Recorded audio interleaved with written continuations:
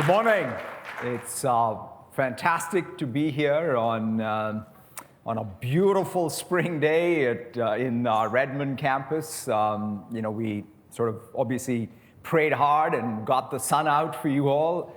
And right next to a beautiful cricket field, it's just fantastic to be here. In fact, I'm reminded of another seminal moment in our history, some 30 years ago, in the same fields when we talked about Windows 95. And here we are, some 30 years after, to talk about Windows yet again in this unbelievable new era of AI.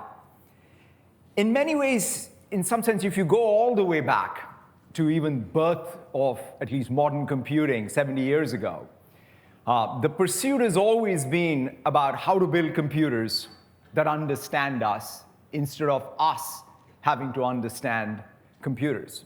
And I feel like we really are close to that real breakthrough.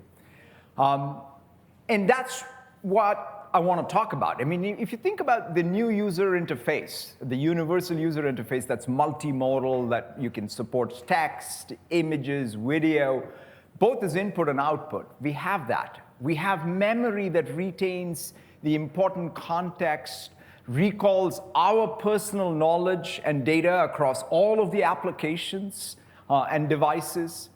And we have these new reasoning capabilities, right, that help us complete complex tasks.